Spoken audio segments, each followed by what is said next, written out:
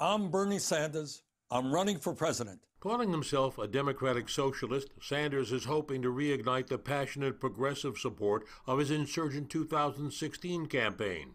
But he faces a far different challenge this time around. This is a very different field. Last time it was a one-on-one with Hillary Clinton. This time it's going to be a free-for-all with many, many candidates. In 2016, Sanders garnered widespread support with his progressive agenda that included Medicare for all, a $15 minimum wage, and free college tuition. Those were the core planks of Bernie Sanders that distinguished him from Hillary Clinton. This time, those are almost commonplace issues in the platforms of so many of his opponents. Sanders was trounced by Hillary Clinton in the South, largely due to lack of support among African Americans.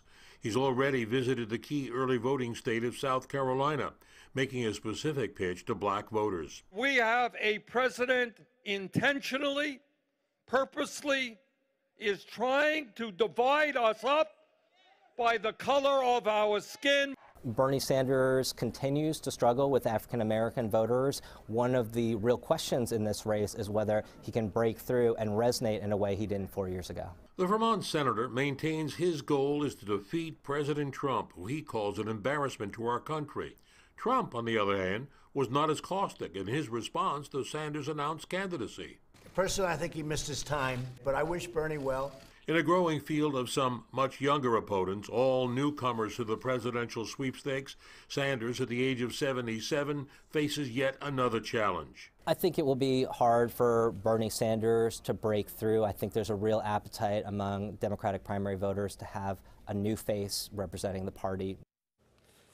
Well, Sanders still has quite a large following. His campaign was quick to note that it raised $1 million in less than 4 hours. Political analyst Hank Scheinkopf told me the issue here is not ideology, but who can beat Donald Trump. Given the crowded field, he said, Bernie Sanders is not likely the one to do it. Well, we still have a year before our first primary test.